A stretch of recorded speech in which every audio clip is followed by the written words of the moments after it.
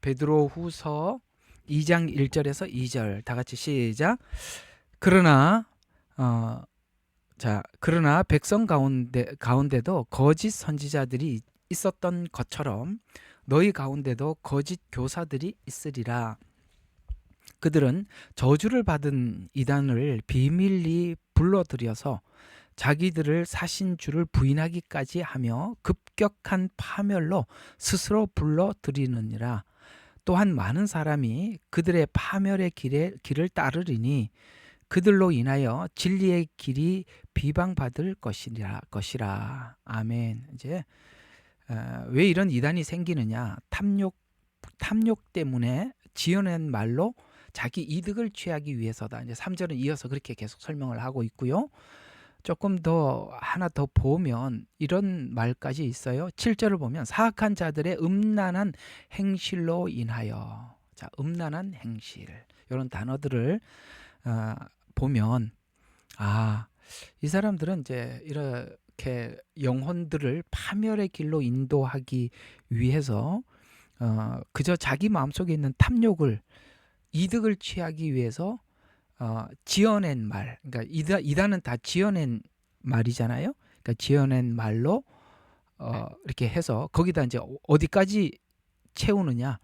음란한 행실로라고 이렇게 7절에 보면은 이런 말을 보면 자기 어떤 그런 정욕적인 음란한 욕구를 채우기도 하는구나. 그러니까 이득을 취한다라는 이 이득에는 그 상대방의 물질을 취하는 것도 있지만은 여기 있는 탐욕을 채운다, 그 정욕을 채운다, 이런 말들도 이렇게 같이 들어있는 걸 보면 모든 이단들이 비슷비슷한다는 거죠.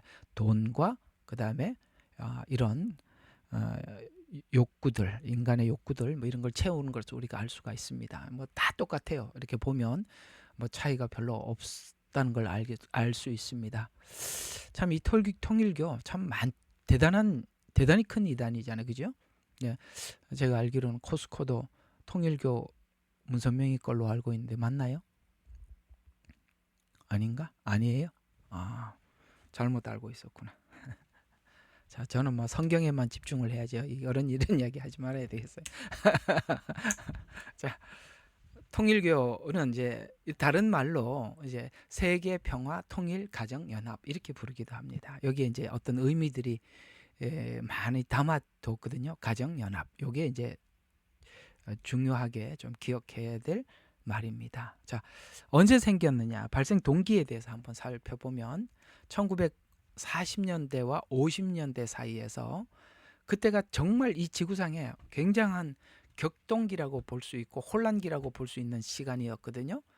국제적으로는 2차 대전이 있었고 노르망디 상륙작전이 있었고 진주만 폭격이 있었고 참 대단하죠. 그때 여기 엄청난, 그러니까 온 지구가 그랬죠. 그래서 이제 유엔이 창설되기 시작하고 그때부터 이제 냉전이 시작되지만 국내에서는 우리가 잘 알고 있는 가장 큰 아픔인 6.25가 있었습니다. 이게 50년대 이 어간에 그런 엄청난 일들이 있었죠.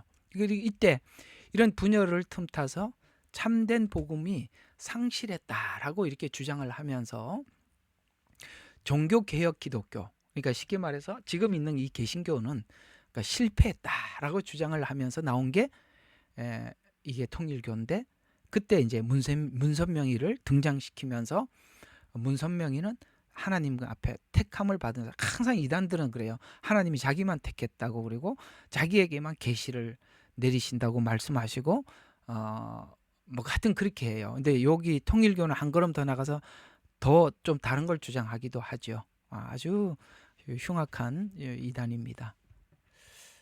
이런 이단들은 이제 또 한 번 더 이야기하지만 이단들이 생기게 된 원인이 대체신학 때문이라고 여러 번 말씀을 드렸죠. 대체신학만 이스라엘만 계속 자리를 잡고 있었더라도 이스라엘을 대신하는 어떤 것도 생기지 않았을 텐데, 이스라엘이 대체됐다, 교회로 대체됐다라고 하니까 그러니까 이스라엘이 썩어서 하나님이 교회를 대체했다. 그러니까 교회가 썩으면 또 다른 게 생긴단 말이에요.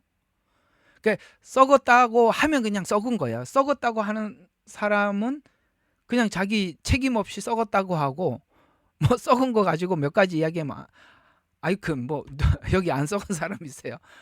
다 있잖아요. 그건 뭐 그냥 그렇게 생기는 겁니다. 이게 대체 신학에 힘입어서 정당화된 이단이죠. 또 아까 말씀드린 것처럼 이런 정치적 혼란을 틈을 타서 등장을 하게 되었습니다. 또 신학적 부재, 대체 신학이다 보니까 신학은 부실할 수밖에 없는데 그 부실한 신학적 부재로서 이제 우리가 통일교에 대해서 쭉 공부를 하고 나면 기가 막히지만 얼마나 신학이 부재했으면 이런 엉터리가 분별이 불가하다는 거죠. 참 신기합니다. 이게 먹힌다는 게. 자, 문선명의 주장에 대해서 우리가 한번 보면은 예수님의 죽으심, 그러니까 예수님이 십자가에 죽으셔서 우리 죄를 용서하시고 부활로 우리를 의롭게 하셨다. 이게 로마서예요. 딱 그거는 여러분들이 성경에 보면 이 단순한 복음에서 떠나지 말라 그래요. 다시 한번 암기하겠습니다. 예수님 죽으심으로 우리의 죄가 용서받았습니다. 아시겠어요? 못을 그거는요 완전히 못 정도가 아니라 볼트를 받고 용접을 해야 되는 거예요. 예수님이 죽으심으로 우리가 죄 용서함을 받았다. 또 예수님의 부활하심으로 우리가 의롭게 되었다. 이게 로마서의 핵심 교리예요. 죽으심은 죄 용서, 그 다음에 부활은 의롭게 됨. 그래서 구원은 완전하다. 성경은 이렇게 이야기를 하는데 문선명의 주장은 뭐라고 이야기하느냐면 예수님의 죽으심이 구원의 완성이 아닌 사역의 실패다. 그러니까 예수님의 만약에 실패하지 말아야 되는데 실패하지 않으려면 죽지 말아야 되는데 죽었기 때문에 실패했다는 거야. 나 정말 웃기죠. 우리는 예수님이 죽어서 우리가 대속이 됐다고 믿는데 예수님이 죽었기 때문에 사역을 실패했다 이렇게 얘기하는 거예요. 그럼 예수님 지금도 살아있어야 되는 거예요? 그러면 성공하는 거고 죽었기 때문에 실패했다 이렇게 주장을 합니다. 참 이 정도 딱 이 얘기 한마디에 딱 분별이 돼야 되는데 이걸 이렇게 받아들였다는 겁니다. 이 통일교가. 그 다음에 예수님의 죽으심은 성경이 말하는 구속의 완성한 것이 아니라 그 죽은 이유가 뭐냐면 유대인들의 배척으로 인해서 어쩔 수 없이 당한 실패한 죽음이라고 주장을 하는 거예요. 그러면은 예수님께서 그 잡혀 돌아가실 때 내가 12영이나 되는 천사를 내가 동원해서 여러분 그 천사 하나가 구약에 보세요. 어느 정도입니까? 지금 예수님을 이걸 평정을 못해서 안 한 게 아니라 예수님이 십자가에 피 흘려 죽으셔야만이 성경에서 예언한 속죄가 완성이 되는 거예요. 그래야 우리가 죄의 씻음을 받을 수 있고 용서를 받을 수 있는 거예요. 예수님께서 힘이 없어서 죽으신 게 아니라 우리 죄를 대속하기 위해서 죽으셨는데 예수님이 죽은 것은 이게 뭐냐면은 죽었다는 것은 실패를 증명하는 것이다. 이렇게 이야기해요. 따라서 예수님 사역은 원래 계획했던 원래 하나님이 구원을 이렇게 계획을 하고 있었다는 거예요. 하나님의 이상적인 가정 회복을 이루지 못했다. 그래서 이제 가정 회복에다 아까 이 이름이 뭐라고요? 세계 평화 통일 가정 연합. 가정이라는 걸 잘 기억하라 그랬죠? 그러니까 예수님께서 사역을 완성하려면은 이상적인 가정 회복을 이루어야만이 구원이 완성되는데 가정이 회복하지 않은 것은 예수님의 구원이 완성되지 못함의 증거다. 이렇게 이야기해요. 그래서 그 가정을 회복하고 하기 위해서 문선명이가 왔다는 거예요. 자기는 예수님이 하다가 다 못한 걸 완성하러 왔다는 거예요. 그럼 구원의 완성은 뭐냐? 가정이 온전히 회복되는 거다. 어쩐데 요즘은 이혼이 세계에서 지난날 과거의 이혼은 뺨을 칠 정도로 많은데 어쩌죠? 가정으로는 이 구원을 이룰 수 없는데 어쩌죠? 자, 그의 주장은 이렇게 논리를 폈어요. 창세기 3장 아담 하와의 타락 원인은 하와가 성적으로 타락했기 때문에 하와가 사단과 성관계를 맺었고 이렇게 이제 아까 그랬잖아요. 여기 다 음욕 이런 데로 가는 거예요. 이제 이렇게 하고 이 통일교가 피가리미엘 법칙이라는 기가 막히는 법칙을 내놨어요. 그래서 하와가 사단과 성관계를 맺었고 이것이 인류 타락의 원인이라고 주장을 하면서 인류는 타락한 혈통, 자, 혈통이 나와요. 여기서 이제 이상한 말들이 나와서 나중에 피가름이라는 법칙이 나오고 그 다음에 공동 결혼식을 하는 겁니다. 그 다 이제 이게 여기 이런 원리거든요. 한번 보세요. 타락한 혈통 안에 있기 때문에, 그러니까 지금 아담의 후손들은, 우리는, 그러니까 인간은 모두가 하와가 사단과 성관계를 통해서 타락한 어떤 이거 뭐라 그러냐, 그 유전 혈통을 가지고 있기 때문에 뭐 이렇게 되는 겁니다. 그러면 이걸 새로워지려면은 또 어떻게 해야 되느냐, 누군가와 또 다른 성관계를 해서 깨끗한 그 혈통을 받아야 되는 거예요. 그게 문선명이야. 아이, 죽일 놈. 더러워가지고 말을 하기도 더러워요.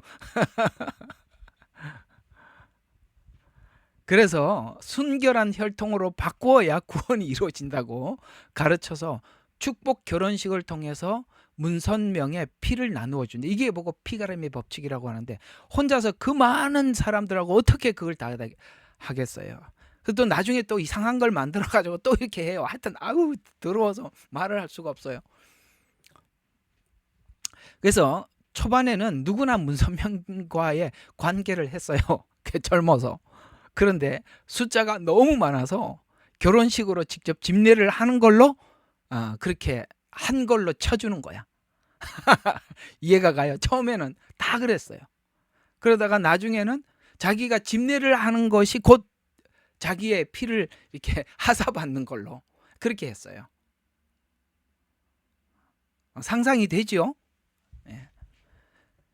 그래서 자기가 참 부모라고 주장을 하면서 자기 이 피를 통해서만 구원을 받을 수 있다. 그래서 복음은 문선명 자신이다. 내가 곧 복음이다. 내 피를 받으면 된다. 이렇게 주장을 합니다. 그럼 자기 피를 받아서 구원을 받는다면, 그러면 예수님은 뭐냐 이거죠. 통일교에서는 예수님을 어떻게 생각하는지 궁금하죠. 예수님 피는 뭐예요? 예수님은 도대체 누구냐 이거죠.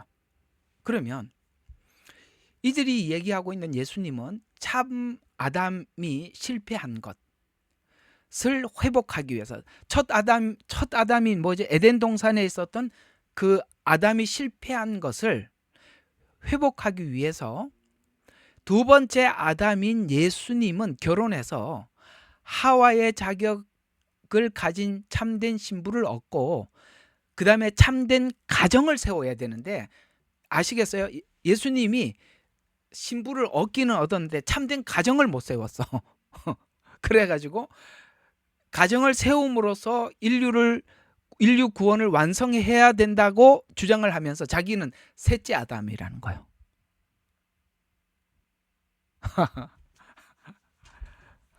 참 이걸 이렇게 하면서 참 기가 막혀서 그래서, 그러나 이 기독교는 예수님은 신랑과 신부의 원리 속에서 구원을 설명하는 이유는 지금 이들의 주장과 전혀 다르게, 왜 하나님은 예수님을 신랑이라고 그렇게 말씀하시고 우리 보고 신부라고 하느냐면, 연합을 설명하기 위해서.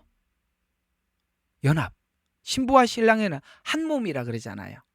그래서 연합을 설명하기 위해서 신랑과 신부를, 오늘 뭐 23일, 24일 날 나팔절 마지막 주님께서 재림한다고 얘기하는 거, 그런 걸 그런 데 쓰라고 하는 게 아니라, 이런 절기는 초림과 재림의 의미가 무엇인지를 설명하는 데 쓰라고 줬는데 이걸 날짜를 계산하고 앉아 있단 말이죠. 신랑과 신부라는 이 관계에서 구원을 설명하는 것도 이런 연합, 이런 것을 설명하기 위해서 줬는데 이렇게 쓰고 앉아 있다는 거예요. 그러니까 성경을 보는 눈을 가지지 못하고 있으니까 이렇게 사기를 치고 헛소리를 해도 사람들이 속더라는 거예요. 그래서 신랑 신부로 설명하는 것은 연합 때문에, 이게 지금 에베소서 5장 이야기잖아요. 그렇죠?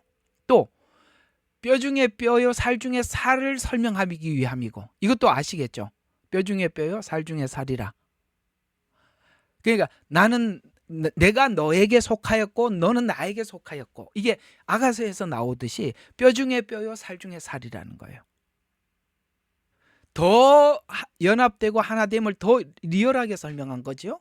또 천년 왕국을 설명하기 위해서는 신혼방에 함께 삶을 누리기 위함을 설명하기 위함으로 신부와 신랑을 얘기한 거예요. 결혼을 하면 신랑방으로 들어가잖아요. 그런 것처럼 우리가 신혼 생활이 천년 왕국이거든요. 그런 것을 설명하기 위해서 신랑과 신부라는 관계 속에서 설명했던 것이고, 또 정혼의 언약, 그러니까 예수님 초림은 언약이죠. 재림은 결혼식이지 않습니까? 그러니까 초림이 언약, 곧 정혼이라는 것을 설명하기 위해서 신랑과 신부로 이렇게 여러 가지 의미를 가지고 예수님을 신랑이라 신부라 이렇게 설명을 했는데, 이거는 실제적으로 신랑이라는 관점과 신부라는 관점을 자기들이 가져와고 현실적으로 인간이 이해하고 있는 그런 구조로 짜버렸다는 거예요. 그렇게 짜서 사람들에게 설명을 하고 가르쳤는데, 이런 하나님께서 주시는 성경이라는 것이 하나님께서 암호처럼 비밀처럼 주셨기 때문에, 하나님께서 그 비밀을 열어주지 않으면 사람들이 모르니까 그게 비밀이 열리지 않다가 보니까 그렇게 구체적으로 실제적인 상황으로 지금 이렇게 거짓말하고 이렇게 써도 사람들이 알아차리지를 못하더라는 거예요. 정말 성경에서 말한 그대로입니다. 보기는 보아도 보지 못하고 들어도 알지 못하는 거예요. 왜 신랑과 신부라는 말을 썼는지. 그래서 정혼, 그 다음에 결혼, 이런 부분들은 호세아서, 에레미야서 이런 데서 설명을 했고요. 또 구속이 관계임을, 구원이 관계임을 설명하기 위해서 신랑과 신부라는 걸 썼죠. 여러분, 신랑과 신부는 서로가 명함을 가지고 결혼한 게 아니에요. 그렇죠? 명함은 그냥 그 사람의 이력이고, 그렇죠? 그렇지만 여러분, 누가 명함 보고 내가 이 사람하고 결혼하겠습니다 이렇게 말하는 사람이 어디 있어요? 관계, 구원은 관계인데 자꾸 이렇게 들어가기 시작하면 자꾸 이 구원을 관계로 보지 않고 뭐 교리로 본다든가 다르게 보게 된단 말이죠. 신랑과 신부는 분명히 관계 안에서 하나가 된 사람들입니다. 또 같은 열매를 맺기 위함이다. 이 포도나무 비유가 좀 더 분명하게 설명하고 있는 것은, 우리가 예수님께 붙어 있어서 그 열매를 맺듯이, 이게 가만히 보면은 그래요. 참 이게 두 분을 이렇게 얼굴을 가만히 보면 오래 산 부부일수록 얼굴이 닮았어요. 우리도 닮았죠. 사람들이 오래 사는 보면 닮았어요. 신랑과 신부는 닮을 수밖에 없어요. 왜냐하면은 포도나무와 포도나무 열매를 보면, 나는 포도나무요, 예수님이잖아요. 너희는 가지니. 그렇잖아요. 그 나무에 그 열매가 맺을 수밖에 없듯이 우리는 예수님께 붙어 있는 자로서 같은 열매를 맺을 수밖에 없더라. 같은 관계를 가지고 일치성을 설명하기 위해서 신랑과 신부라고 이야기를 했는데, 이 사람들은 이제 이 통일교 가정연합이라는 이런 이름으로 전혀 다르게 썼다는 것입니다. 통일교는 실제 가정연합이라는 내용으로 이런 신랑과 신부라는 이 내용을 기만으로 쓰기 시작했죠. 그러면 왜 이런 상징적, 아까 이제 신랑과 신부를 상징적인 구원을 설명하는 데 썼던 이 말을 왜 가정연합이라는 말을 붙여서 이렇게 기만을 했는가? 몇 가지 한번 봅시다. 통일교가 가지고 있는 교리적인 이유 때문에 이렇게 기만수를 썼던 것인데요. 예수님을 십자가의 실패자로 규정했잖아요. 아까 말했잖아요. 구원을 완성하지 못했다고 실패자로 규정을 했기 때문에 완성자가 자기라고 주장하려고 했기 때문에 이 말을 그렇게 쓴 겁니다. 참 이런 사람들은 머리가 좋은 게 아니라 이런 사람들은 좀 속어를 써야 돼. 대가리가 참 좋은 놈이에요. 나쁜 놈인데 정말 대가리를 나쁜 데만 쓰는 사람이에요. 아주 이긴 정말 화가 나서 내가 아까 봤죠. 초창기에는 모든 여자들은 다 자기 통일교회 도는 게 다 지 여자들이었어요. 정말 더러운 놈이에요. 아휴. 그래서 문선명이를 참 부모로 내세워서 가정을 본받고 자신에게 접붙여야, 그래야 이제 피가림 법칙이 접붙여야 되니까, 포도나무요 가지니 이런 것도 나는 포도나무요, 그게 다 자기한테 접붙이라고 그렇게 다 써먹는 거예요. 그렇게 하면 그렇게 해석이 되는 거예요, 그 사람들은. 그래서 자신에게 접붙여야 할 인류가 구원을 받는다고 합니다. 그래서 개인의 구원이 아닌 가정 단위 연합 구원으로 왜곡을 시키기 위해서 그렇게 썼던 거고요. 또 두 번째는 사회적인 이유 때문인데요. 가정이라는 이 단어는 굉장히 보편적이고 일반적인 가치예요. 사람들이 있잖아요. 뭔 대화를 하더라도 우리 가정을 위해서, 우리 가정 이렇게 얘기하면 사람들의 마음이 좀 후해지잖아요. 화면을 열은 사람들이라도 맞다고 얘기해봐요. 가정이라는, 상대방이 뭔가를 얘기할 때 가정이라는 말을 꺼냈을 때는 후해진단 말이에요. 그래서 이들이 포교 활동을 하기 위해서 많은 사람들에게 접근하기 위해서 이런 단어를 쓴 거예요. 그래서 일반적으로 가정은 일반적이고 보편적인 가치인데 이런 가치를 내세워서 거부감을 줄여서 일반적인 사람들에게 호소력을 갖기 위해서 이런 가정이라는 단어를 쓰는 거예요. 그리고 윤리, 연합, 평화, 화목이라는 이름으로 문선명의 교리를 확고히 하고자 했습니다. 사람들은 이런 부분에 굉장히 넓은 마음을 가지고 있거든요. 그래서 이렇게 가정이라는 단어를 쓰게 된 겁니다. 또 성적으로 얼마나 더럽고 문란합니까? 그러니까 이 문란함을 정당화시키기 위해서 피가름이라는 법칙, 아까 이제 예수님이, 우리는 2000년 전에 흘린 피가 우리를 깨끗게 했는데 문선명이가 말로는 자기 피가 깨끗이 해줄 수 있다고 하면서 자기 피를 흘릴 수는 없으니까 그 피를 이제 이런 방식으로 하는 거예요. 그래서 피가림이라는 법칙으로, 이상한 법칙으로 성적 문란을 정당화하기 위함.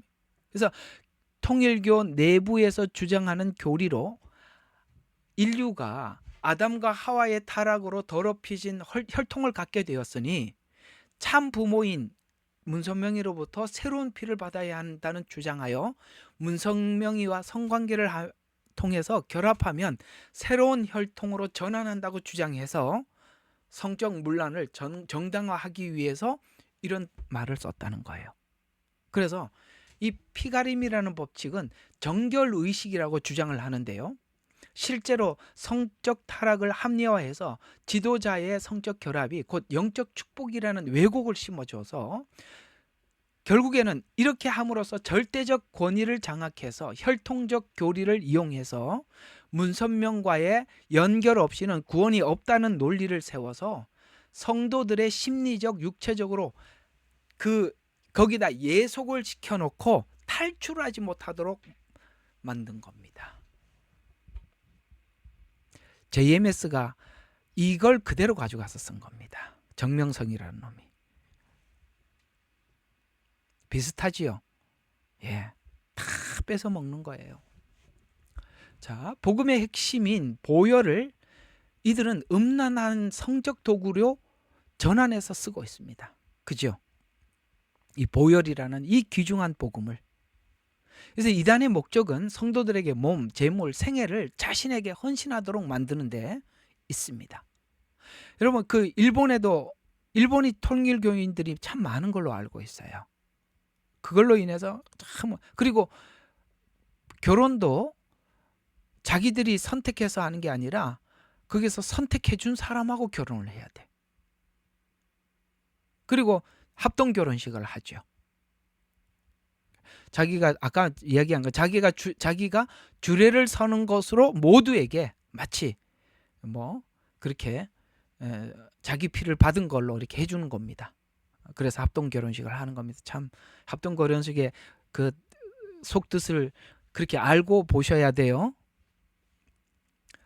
또 이들은 반유대주의를 선동합니다. 그러니까 유대인 지도자들과 백성이 예수님을 메시아로 받아들이지 않았을 뿐만 아니라 십자가에 죽게 한 악질적 민족으로 규정을 합니다. 이것도 이런 것들도 그러니까 이들은 그렇게 주장을 하고 있고 사실 우리 개신교에서도 반유대주의는 횡행하고 있습니다. 자, 예수님은 구원의 미완성자이고 자신이 그 미완성한 것을 완성한다라는 완성자라고 주장해서 예수님은 인류의 죄 사함을 가능하게 했지만 영적으로만 그러니까 안 돼 그러잖아. 항상 그러잖아. 이단들은 뭐가 애매하면 영적이라 그런다고 하듯이 영적 구원만 이룬 미완성된 불완전한 구원자로 정해서 그 나머지 남아있는 육적 구원을 위해서는 이 땅에 참된 가정과 사회의 회복이 있어야 한다고 주장하면서 이 일을 통일교에서 한다고 주장을 합니다. 그래서 이 통일교라는 이 이름 자체가 뭐냐면은 바로 세계 평화 가정 연합이라는데 그래서 자신들이 그걸 통일을 시켜야 된다라고 해서 통일교라 이렇게 이름을 붙였다고 합니다. 또 문선명은 구원에서 그러면은 문선명은 도대체 구원에서 자기 위치가 무엇이냐 이거죠. 그래서 자기는 세 번째 아담으로서 예수님은 둘째 아담이라고 성경에 로마서에서 나와 있으니까 성경에는 셋째 아담이라는 말도 없는데 자기가 셋째 아담이라고 정해놨어요. 성경에 셋째 아담 있어요 없어요? 없어요. 그 문선명이가 만든 거예요. 그래서 본인은 셋째 아담으로서 예수님이 이루지 못한 구원의 완성을 메시아 가정사역이라는 방법으로 자신이 완성해야 된다고 주장해서 그래서 자기를 참부모라 주장을 하면서 문선명이 아내와 자기를 참 아버지, 참 어머니라고 불러. 요즘 그 한학자 씨인가 저 특검에서 뭐 구속영 특검에서 뭐 구속영장이 청구됐다면 뉴스 본 것 같아요. 그래서 불러서 통일교가 이룬 가정이 인류가 회복되어야 할 모범이며 모든 인류가 거기에 접붙여야 할 대상이라고 가르치고 있습니다. 이를 통해서 축복 결혼식을 전 세계적으로 시행해서 이것을 통해서 혈통을 정화한대요. 이게 하와가 아까 사단하고 관계를 가져서 지금 모두가 사단의 후손들이 있는데 문선명이가 새로운 피고 거룩한 피니까 그걸 합동 결혼식을 통해서 이제 새로운 혈통을 정화하는 작업이다 이렇게 주장을 하고 있습니다. 근데 이 사람들이 도대체 이게 어디서 이런 아이디어를 꾸몄을까요? 사단이 힌트를 준 거거든요. 이런 게 다. 이단 교리는 살펴보면 사단이 힌트를 준 게 보여요. 그게 어디서 나오느냐? 가나안 종교 바알 숭배 사상에 나옵니다. 여러분 그당 이제 여기는 이제 그렇게 안 적어놨지만은 그 가나안 종교에 대해서 탐구를 하다 보면 뭐 그거에 대해서 막 하나님이 뭐 바알 숭배에 대해서 막 무지막지하게 하나님께서 책망하시고 심판하시고 그런 거 아시죠? 바알 종교에 대해서. 그 호세아서에 보면 이 고멜이 그런 게 이 성적으로 관계를 가짐으로써 아까 여기 이제 문선명이가 이야기한 것처럼 그 관계를 가진 것으로 인해서 새로운 어떤 종족을 이렇게 뭐지 이렇게 오늘 말이 잘 안 되네. 새로운 종족을 이렇게 시작할 수 있다는 거예요. 새로운 종족을 시작할 수 있다는 거예요. 그래가지고 이걸 은밀히 하는 게 아니라 가나안 종교는 무대 위에 그 어떤 의식의 절차에 따라서 종교 의식을 진행을 하다가 어느 딱 시간이 되면 거기에 아주 국가에서 정한 창기들이 나와요. 남창하고 여창들이 그 무대 위에서 그냥 음란한 행위를 하는 거예요. 그래서 여러분 그 바알과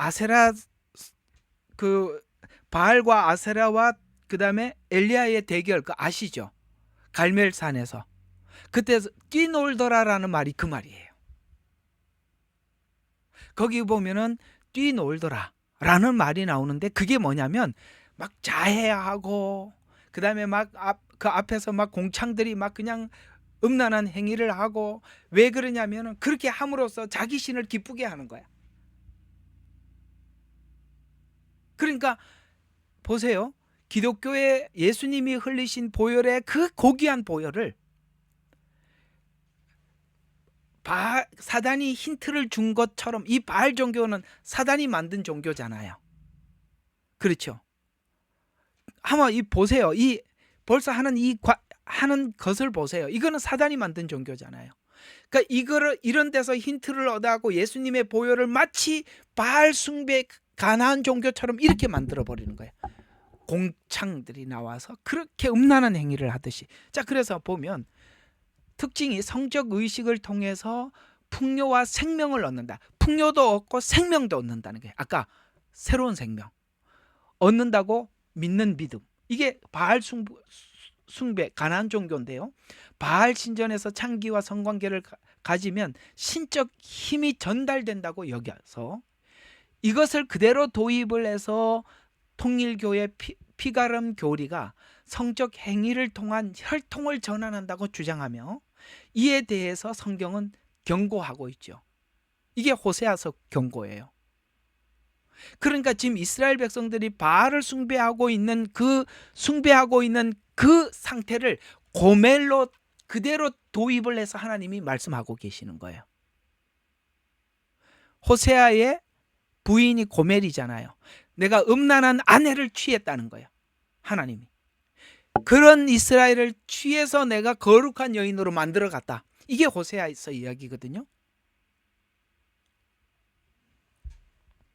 뭐 이거는 경고 시간이 없으니까 좀 지나가고 또 이런 것은 성경에 왕이나 제사장 여신 곧 아스타롯과 상징적으로 결혼하는 의식을 통해서 나라와 백성의 복을 빌듯이 인간 지도자가 신의 대리자나 배우자가 되어서 인간이 문선명이가 그 하나님과 인간 사이에 참 아버지 그의 아내가 참 어머니라는 개념과 닮아 있어요.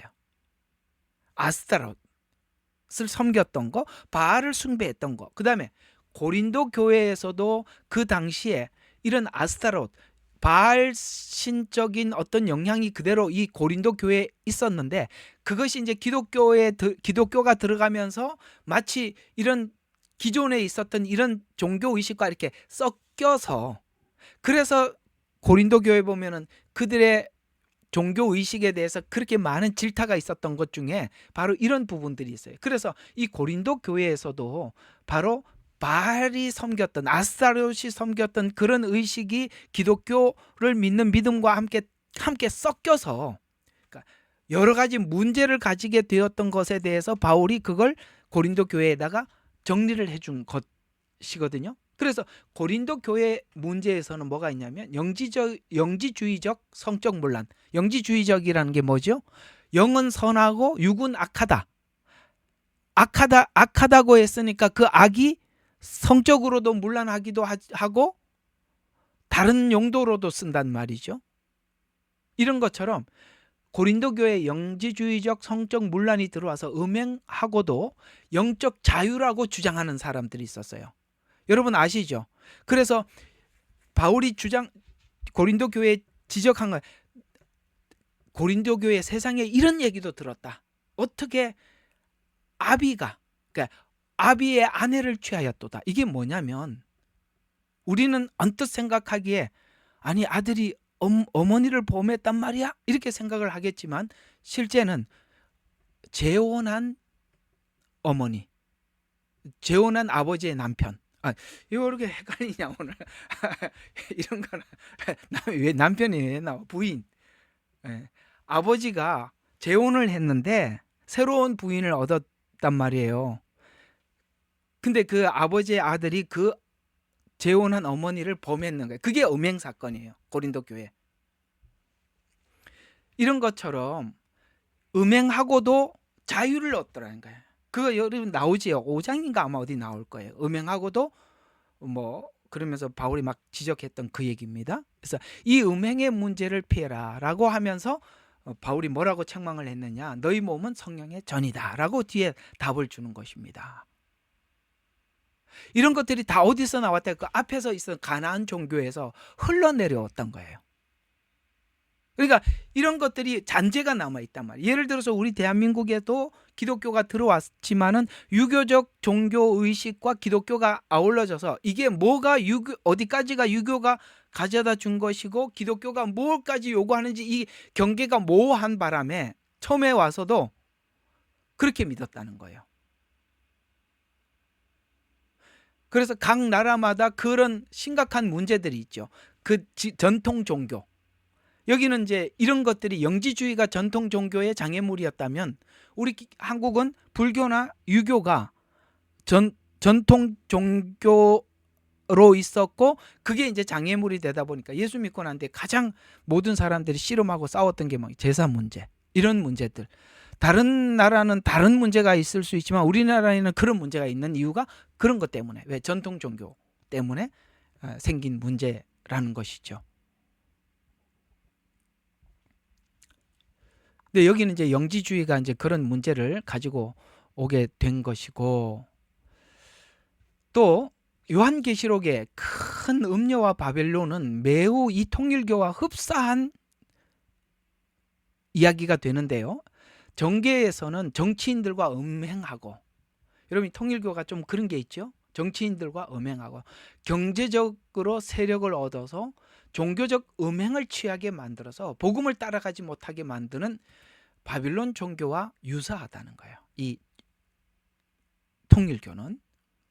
그래서 통일교가 언론, 정치, 경제를 아우르는 가정과 평화를 명분으로 세력을 확장하는 모습과 일치하는 걸 보면 지금 하고 있는 것이나 그 다음에 이게 모든 게 다 보면 이 통일교는 모든 부분에 성경에서 근거를 찾아보면 이 사단이 만든 종교를 그대로 도입을 했고 미래에서도 이런 영향이 적지 않게 끼치겠구나라는 것을 우리가 이렇게 유추해 볼 수가 있는 것입니다.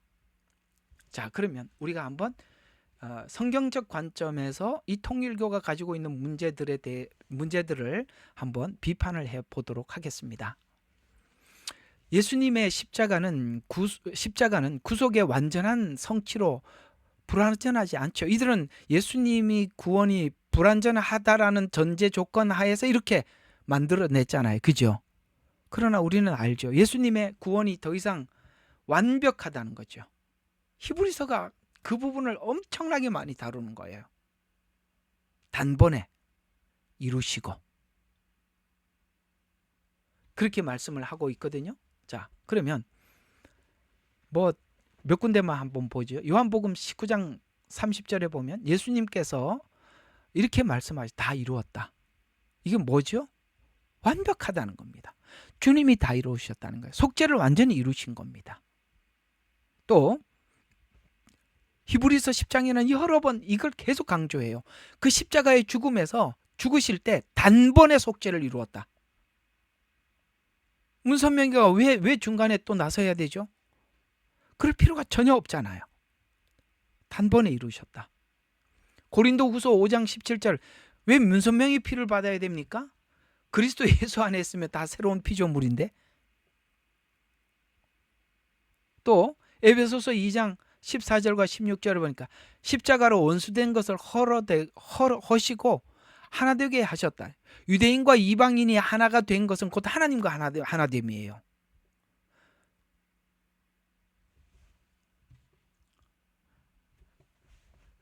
더 얘기할 게 없어서 그냥 지나가는 겁니다.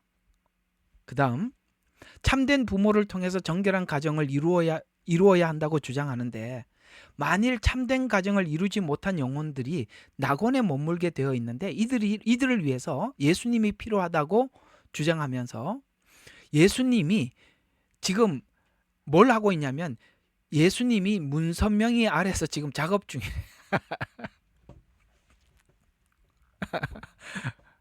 예수님이 그 문선명이 아래서 지금 작업 중이라는 거예요.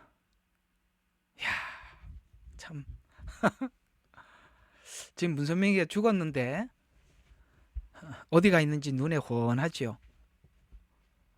어떻게 하나님을 모독을 해도 이렇게 모독할 수 있습니까? 낙원은 영적으로 성숙을 위한 장소로, 낙원에서 영적 성숙을 통해서 최종적으로 천국에 들어갈 수 있는 기회를 제공하는 장소예요. 낙원을 이렇게 또 난도질을 하는 거예요. 여러분, 낙원이 성숙하는 장소예요? 아니에요. 이렇게 복음을 모르니까 이렇게 거짓말을 하고 헛소리를 해도 이상하게 복음을 모르고 머리가 좋으면요, 이런 데 엄청 잘 빠져요. 똑똑해서 이단에 가는 거예요. 이상하죠. 이단에 가보면 국회의원도 있고 의사도 있고 그런 똑똑한 사람들 거기 가 있고, 이 복음은 하나님이 주신 계시로 전하다 보니까 이성적으로 똑똑한 사람들은 이해가 안 되는 거예요. 이거는 우리는 여기 왜 모여 있냐면 여러분들이 안 똑똑해서 모인 게 아니라 우리는 하나님께서 계시로 준 믿음을 가지고 있기 때문에, 제가 여러분들에게 충분히 이성적으로 설명이 안 돼도 하나님을 여러분들이 하나님이 어떤 분이고 하나님이 하시는 일들을 믿기 때문에 이 말씀을 받는 거예요. 머리 좋은 사람들은 안 받아지는 거예요. 그래서 성경은 말하고 있어요. 너희들이 하나님의 말씀을 받지 못하는 이유는 믿음과 연합하지 못하면 하나님의 말씀을 받을 수 없다라고 했어요. 히브리서에서. 여러분은 지금 이해를 하고 있는 게 아니라 하나님을 믿기 때문에 하나님의 말씀을 받고 있는 거예요. 근데 하나님의 말씀을 계시로 믿고 받지 못하면 이런 논리들이 너무나도 분명해 보이는 거예요. 예수님이 2000년 전에 흘린 피가 우리의 모든 죄와 허물을 속죄했습니다라는 말은 똑똑한 사람들은 이해가 안 가는 거예요. 왜 그건 2000년 전의 일이고 지금은 현실인데 그 2000년 전에 있었던 일들이 실제 뭔가 내 눈에 보이도록 확인되도록 해야 내가 믿겠다. 그러니까 문선명이가 이렇게 말을 하니 얼마나 믿어져. 실제적으로 관계를 하잖아. 그러니까 얼마나 분명해. 2000년 전 사건이 왜 나하고 상관이 있냐. 머리로는 그럴 수밖에 없잖아요. 그러나 실제적으로 하잖아. 그러니까 맞구나 이렇게 생각이 드는 거야. 그래서 똑똑해서 못 믿는 거예요. 우리는 믿기 때문에 듣는 거고 다른 겁니다. 하나님께서 바울이 에베소서에서 그렇게 말했어요. 내가 너희들을 위해서 기도하는 것은 하나님께서 너희들에게 계시의 영을 주셔서, 계시의 영을 주셔서 하늘에 있는 것이나 땅에 있는 것이나 하나님 깊은 비밀을 깨닫기를 원한다고. 그걸 뭐냐면 계시의 영에 성령님이 아니면 깨달을 수가 없으니까 계시의 영을 주셔서 하나님 깨닫게 해주시기를 내가 간절히 하나님 앞에 기도한다 이렇게 말씀하고 있는 겁니다. 우리는 하나님의 말씀을 믿음 없이는 받을 수 없는 거예요.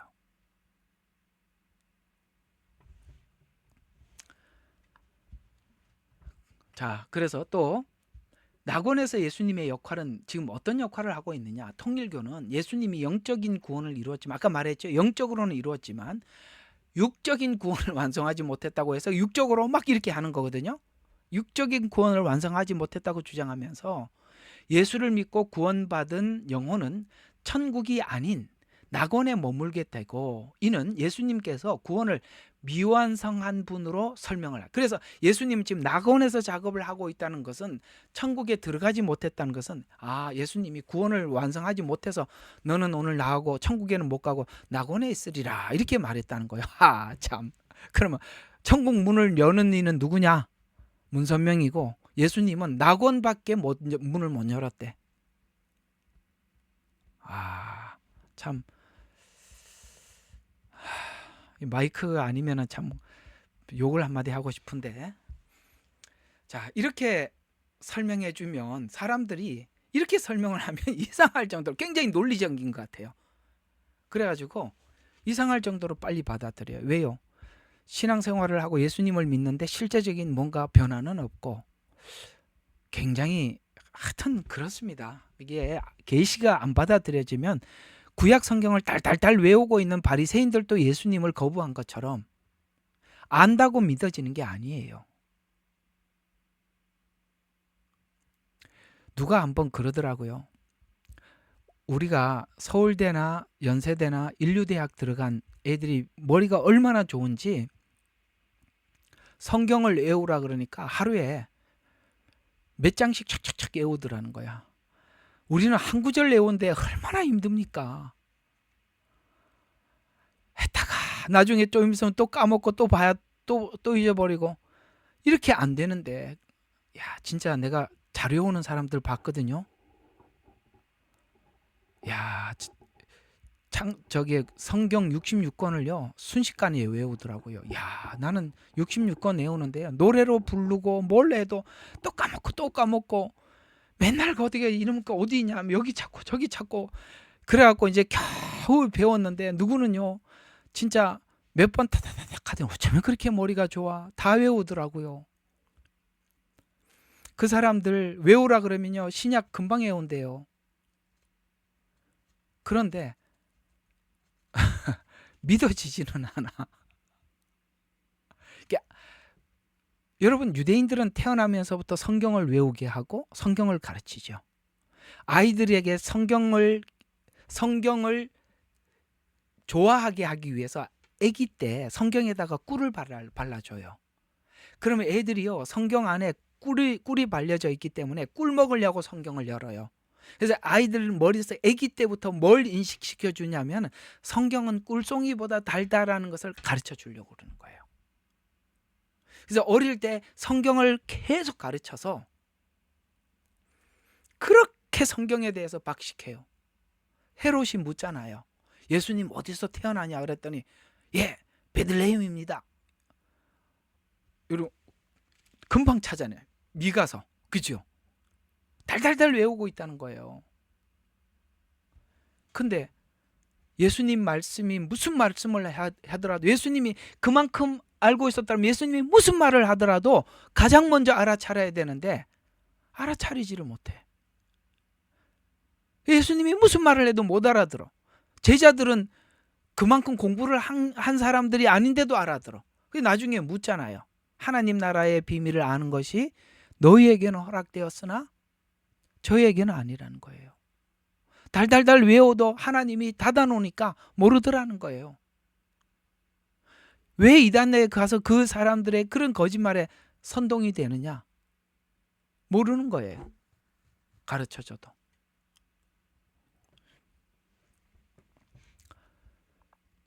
예수님의 십자가 사역은 영적 구원이지만 육적 구원은 참된 부모인 문선명이 완성해야 될 과업이라고 해석하고 있습니다. 또 지상과 천상의 천국은, 통일교는 천국이 단순히 죽어서 가는 곳이 아니라 지상에서 참된 가정을 이루는 데서 천국이 시작된대요. 신천지가 그렇듯이, 신천지 자체가 낙원이라고 말하듯이, 가정이 천국인데, 나는 통일교에서 짝지어져서 결혼한 가정들이 얼마나 말도 안 통하는 일본 사람하고 만나서 사느라고 죽을 고생하고 살고 있더구만. 그래서 이들은 지상 낙원과 천국이 연결되어 있으며 문선명이가 이를 완성한 자라고 하면서 낙원은 지상에서 천국 생활을 준비하는 영혼들의 임시 거처로서 통일교는 하나님 왕국의 완성을 지상에서 이루는 것을 목표로 하며 이는 낙원을 통해서 최종적으로 완성된다고 주장을 합니다. 이 과정에서 지상 낙원은 천상 낙원으로 확정되며 이는 최종적인 하나님 나라로 변모한다고 합니다. 통일교의 낙원은 단순한 죽은 자의 안식처가 아니라 영적 성숙을 거쳐서 참된 부모의 축복을 받아서 천국으로 나아가기 위한 중간 단계로 그렇게 보고 있습니다.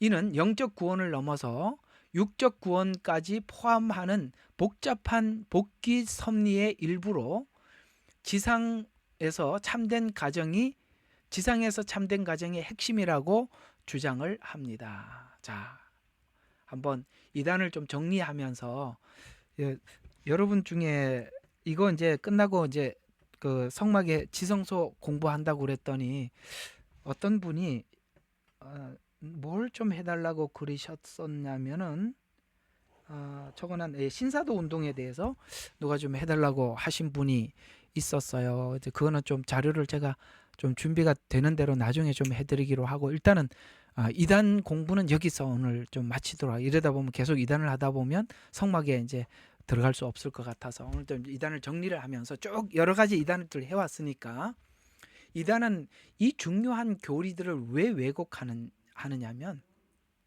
이단은 성경에 나와 있는 이 구원과 낙원, 지옥, 그 다음에 천국, 7년 환란, 새하늘과 새 땅을 자기들이 원하는 교리에 맞추다 보니까 아시겠어요? 이미 자기들은 이렇게 사람들은 이렇게 할 것이라고 틀을 짜놓고 왜곡을 하다 보니까 교리를 왜곡하게 되었는데 성경의 잠깐만요. 예, 성경의 교리들을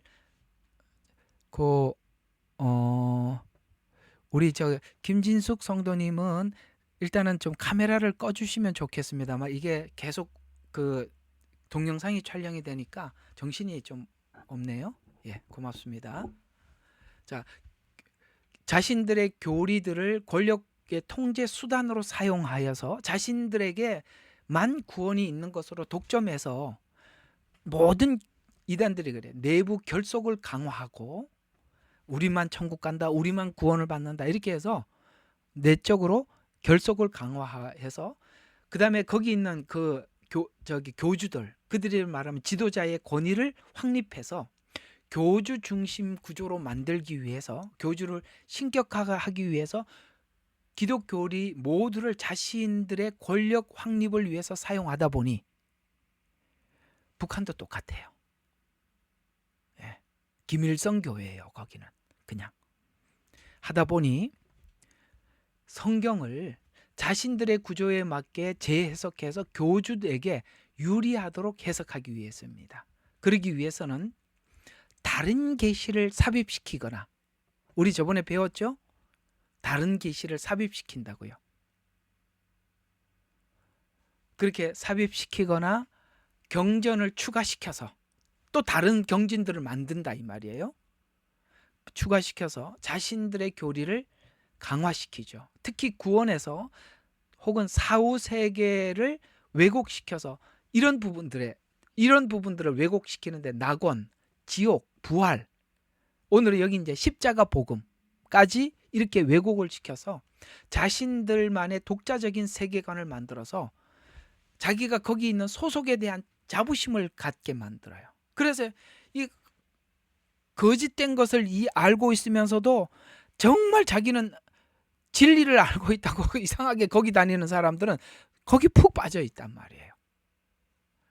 야, 정말 전도하러 가보면 요즘은 이렇게 전도하는 사람들 보면은 이렇게 전도를 이단들만 하는 것 같을 정도로 그렇게 이단들은 전도를 많이 해요. 근데 우리가 저번에 한번 겨울에 대구역을 지나가는데 세상에 그 아가씨들 말이에요. 그 밤에 참 정장 차림 입고 누가 또 그렇게 친절하게 와서 하는데 보니까 저기 하나님 교회예요. 야, 얼마나 불쌍한지 몰라요.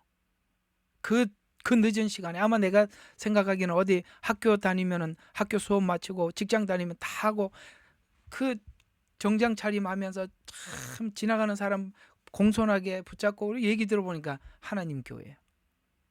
우리 기독교인들 진짜 복음을 가지고 있으면서도 이런 걸 하지도 못하고 있는데 이 사람들은 마치 거기 있는 소속돼 있는 것이 정말 이 안에 있어야만이 보장받는다고 생각을 하고 있기 때문에 저 안 믿는 사람들, 저기 안 들어온 사람들 불쌍히 여기는 거예요. 우리 지금 이렇게 타락한 교회를 다니고 있는 우리들은 너무 불쌍해 보이는 거예요. 서로가 서로에게 불쌍해 보이는데 그래서 자부심을 갖게 만들어요. 그래서 결국 엘리트주의라 그래요. 이걸 보고 강화시켜서 자부심을 갖게 하고 이런 걸 가지고 남을 불쌍하게 여겨서 전도에 이용하고 그다음에 또 재정적으로 착취하고 심리적 정서적으로 사람들을 지배하고 있어요. 이렇게. 그래서요. 이거는 사실 사람들을 그 북한 사람들이 사람들 쇠뇌 교육을 잘하잖아요. 똑같아요. 쇠뇌 교육을 시키듯 이렇게 쇠뇌를 시켜버린단 말이에요. 그래서 사람들이 이 조직을 떠나면 구원을 잃는다는 두려움을 심어서 통제하고 심리적으로 의존하게 만들어서 영생의 불안감을 자극하죠. 자꾸 여기 빠져나가면 구원 못 받는다. 이렇게 해서 불안감을 자극해서 자신들에게 적극적으로 의존하게 만들어 개인 생활을 통제합니다. 그래서 집단 생활에 맞는 생활을 하게 합니다. 그래서 신천지 들어가면 그 집단 생활을 하게 하는 거예요. 정확히 그냥 사기꾼들이란 말이에요. 그래서 이단을 짧게 정리하면서 몇 가지 우리가 정리를 해보면 복음을 예수 그리스도의 은혜와 십자가를 중심으로 한 복음에서 벗어난 다른 복음을 전하고 있다는 거예요. 정확하게. 그래서 성경은 자꾸 이야기하는 거예요. 복음이 복잡하지 않다는 거예요. 단순하다. 자, 다시 한번. 예수님이 죽으시면 우리의 죄를 용서하기 위해서. 예수님이 부활하신 것은 우리를 의롭다 하기 위해서. 여러분들이 죄 사함을 받았고 의롭게 되면 필요한 게 아무것도 없어요. 다 된 거잖아요. 죄 용서함을 받았잖아요. 용서만 받으면 안 되죠. 용서받은 게 의롭다고 인정을 해줘야 되잖아요. 하나님이 의롭다고까지 해줬잖아요. 뭐가 또 부족해요? 천국은 의인들만 가는 곳이에요. 의롭게 됐어요. 근데 뭐가 또 필요하냐 말이에요. 그러니까 이런 걸 모르니까 여기 들어가는 거죠. 성경은 복음은 단순하단 말이에요. 또 철저한 인간 중심의 구조로 해석해서 성경의 절대 권위를 이용해 인간 지도자의 해석과 계시에 의존하게 만든다는 거예요. 배웠죠? 네. 그 다음에 하나님 중심 신앙을 붕괴시킵니다. 우리가 하나님 중심의 신앙. 그래서 여러분들의 신앙이 하나님 앞에 정착을 하려면은 사람을 넘어서라 그랬잖아요. 절대 사람을 믿고 따라가서는 안 되는 거예요. 그리고 복음을 전하는 사람도 하나님을 믿도록 소개를 해줘야 돼요. 저는 중매쟁이지. 저는 중매쟁이에요. 그래서 바울이 그러잖아요. 내가 너희를 거룩한 신부로 중매하려 함이라 이렇게 말씀하고. 여러분 그렇습니다. 사역자들은 다 중매쟁이지. 사역자를 믿어서는 안 되는 거예요. 나도 중매쟁이고 나도 예수님은 신랑이 난 중매만 하고 끝나는 게 아니라 나도 그냥 신부예요. 그렇게 생각을 해야 되는데 다 자꾸 사람께 집중을 하게 한다는 거죠. 인간 중심적이 되면 인간 중심의 계시 이런데 해석 이런데 의존하게 된다. 또 하나님 중심의 신앙을 붕괴시켜서 삼위일체 예수님 신성 절대 권위를 부정하게 해서 하나님과의 바른 관계를 끊는 것이 목적입니다. 구원을 두려움을 이용해서 통제하려 한다. 그래서 조직에 충성하게 하고 행위 중심의 구원. 그들은 들어가 보면 다 행위 중심이야. 뭘 해야 된다, 이렇게 해야 된다, 저렇게 해야 된다 이런 주장들을 한단 말이죠. 그러면 이단에게 숨겨진 세 가지 목적이 뭐냐? 예수 중심에서 시선을 돌려서 절대성을 지도자에게 집중해 만들어낸다. 그래서 이게 사단이 했던 말 그대로죠. 이사야서 14장 내가 하나님같이 되리라. 예. 이 교주들은 이런 게 있어요. 사단이 추구하고 있는 그대로 추구하는 거예요. 하나님같이 되고 싶은 거예요. 모든 사람들의 추앙받게 되고. 참 조심해야 되는 게 이런 부분들을 정말 다스리지 못하면 이렇게 사역을 하면 안 돼요. 두 번째, 자기 왕국을 세워서 자기 조직만이 구원의 방주다, 시온이다, 참교회로 포장해서 자신의 세력을 하나님 나라로 위장해 결국 자기 통치를 정당화하는 종교의 힘, 종교적인 어떤 신앙을 권력화시켜 사람들의 신앙심을 자기 권력화시킨단 말이에요. 자, 그다음 성경을 조작 해석해서 자기가 원하는 형태로 해석해서 본래 해석에서 벗어나게 만드네.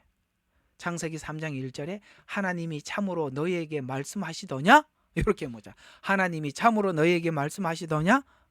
이 말 누가 했죠? 고라 자손이 하나님이 너에게만 말했더냐?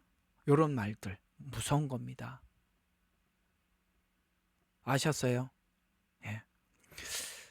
저하고 이렇게 전도사 때부터 좀 알던 분이 있어요. 이 방 안에도 지금 있거든요. 이게 가끔씩 전화 와. 아침에 전화 카톡이 오면 분명히 그 친구야. 엊그제도 전화가 왔어요.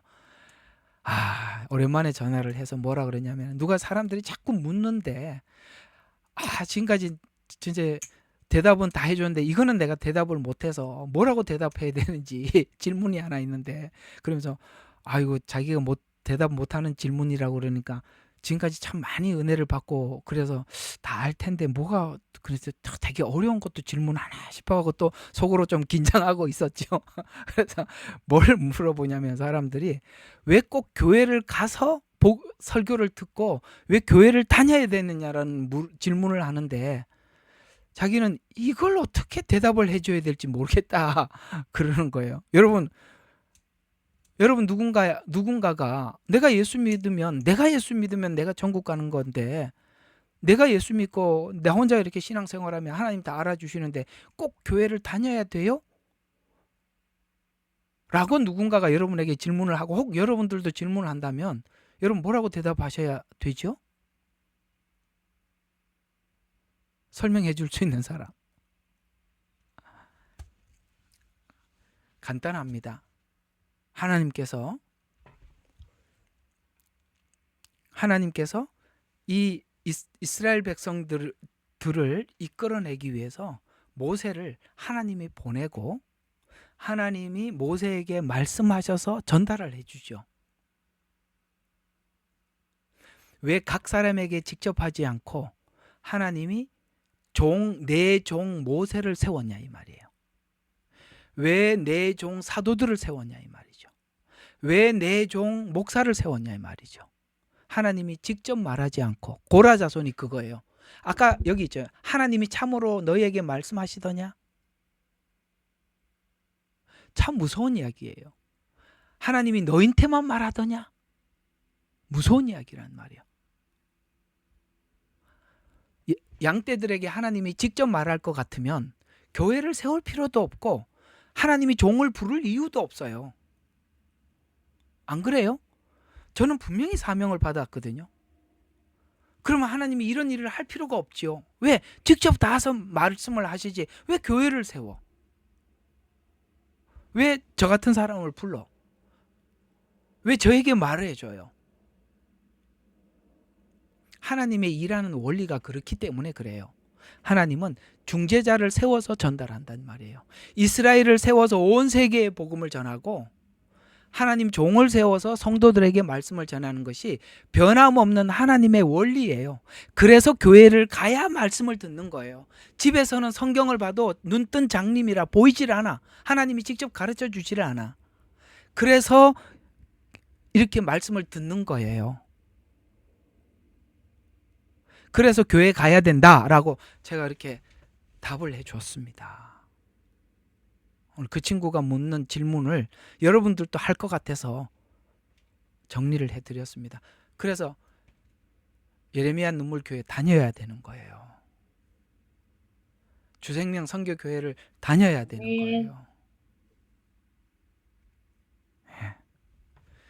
만약에 안 다니고 가르쳐 줬더라면 여러분들이 지금 다 알고 왔을 텐데 지금 배우고 있잖아. 하나님 직접 가르쳐 줬으면 다 알아야 되잖아. 근데 모르잖아요. 하나님은 여러분들이 이 교회에 올 때 딱 한 가지 작업밖에 안 하세요. 여러분들에게는 항상 물음표를 가지고 오게 하세요. 물음표. 저는 답을 주는 거예요. 요게 하나님 앞에 딱 성령 안에서 교감하는 거예요. 그 메시지 한 군데 간단하게 소개하고 마칠게요. 이런 메시지가 어디서 나오느냐? 이스라엘 백성들이 무지해요. 예수님을 십자가에 못 박으라고 뭣도 모르고 선동돼서 십자가에 못 박았어요. 십자가에 못 박고 난 뒤에 자기들이 무슨 일을 했는지 몰랐어요. 그게 사복음서 안의 이야기죠. 사도행전으로 넘어오죠. 그래서 자기들이 못을 받고 예수님을 십자가에 못 박았어요. 그런데 퀘션이 생겼어. 왜? 예수님 살아생전에 하셨던 말씀들이 이게 자기들이 예수님을 못 박아야 될 예수님이 아니라는 거라는 거예요. 그때는 뭔가 이렇게 퀘션이 생겼어. 그때 베드로가 사도행전에 요엘서 말씀이 어떻고 성경을 막 인용하면서 설교를 하죠. 설교자는 성경을 인용하면서 설교하는 거예요. 왜? 성경은 성령님이 기록한 거예요. 사람이 적은 게 아니에요. 베드로 후서는 베드로가 적었지만은 글을 썼지만 성령의 감동으로 적은 거예요. 저자는 성령님이란 말이에요. 그리고 성령님께서도 여러분들에게 깨닫게 해주는 거예요. 성령님께서 베드로에게 구약 성경을 열어주셔요. 그래서 요엘서 예언을 쭉 설명을 하면서 뭐라고 말을 하냐면은 놀랍게 너희가 십자가에 못 박은 예수를 이렇게 이야기를 해요. 자기들이 지금 예수님을 십자가에 못 박고 이거 내가 왜 그랬지 하고 고민하고 있을 때 베드로가 그 말을 콱 열어주자 가슴을 치는 거예요. 내가 왜 예수님을 십자가에 못 박았지라는 퀘션에 베드로가 답을 주는 거예요. 너희가 십자가에 예수님을 못 박았다. 그러나 그가 십자가에 못 박아 죽음으로써 너희 죄가 용서되었다라고 이 말을 하는 바람에 자기들이 가지고 있던 퀘션이 사도인 베드로의 메시지를 통해서 확 열리는 거예요. 무슨 이야기인지 아시겠어요? 성령님은 설교를 듣는 여러분들에게는 퀘션을 가지고 오게 하고 저같이 말씀을 전하는 사람들에게는 베드로와 같이 답을 주는 거예요. 이게 다 성령님 안에서 작업이 되는 거예요. 그래서 올 때마다 은혜가 되는 거예요. 이렇게 하나님은 전하는 거예요. 그러면 여기 안 오면 들을 수 있겠어요? 못 듣죠. 그래서 말씀을 들으러 오는 거예요. 직접 말하지 않고 하나님 이렇게 종을 통해서 알려주는 거예요. 그래서 하나님이 교회를 세우신 거예요. 그리고 직분자들을 세우신 겁니다. 이렇게 아셔야 돼요. 그래서 가끔씩 보면 꼭 교회 가서 말씀을 들어야 돼라는 분들이 계시면 제가 오늘 했던 이야기를 여러분들 설명을 해주면 되겠습니다. 자, 오늘은 통일교까지 2단을 마치고 다음 주에 다시 우리 성막으로 들어가서 또 지성소에 한번 들어가서 열심히 그 지성소가 무엇인지 또 우리가 함께 또 성막으로 들어가서 나누어 보도록 하겠습니다. 그래서 쭉 보면 이제 셋째 문 이렇게 나오죠. 예. 이제 다음 주에 이쪽으로 하겠습니다. 기도하고 마치겠습니다. 하나님 아버지 감사합니다. 계시를 통해서 우리의 눈을 열어주시고 이 복음의 깊고 깊은 진리를 우리에게 알려주셔서 진심으로 감사합니다. 아버지 하나님, 이 생명의 말씀을 밝혀주셔서 하나님 우리가 살아가는 매일매일의 삶들이 헛되지 않도록 붙잡아 주시고 오늘 이 통일교회 이 문선명이가 했던 이 악행들을 우리가 낱낱이 살펴보았습니다. 하나님, 이런 저주받은 인간들이 더 이상 나오지 않도록 하나님 꼭 좀 붙들어 주십시오. 오늘도 귀한 말씀 함께 나누게 하셔서 감사드리옵고 예수님 이름으로 기도드렸습니다. 아멘.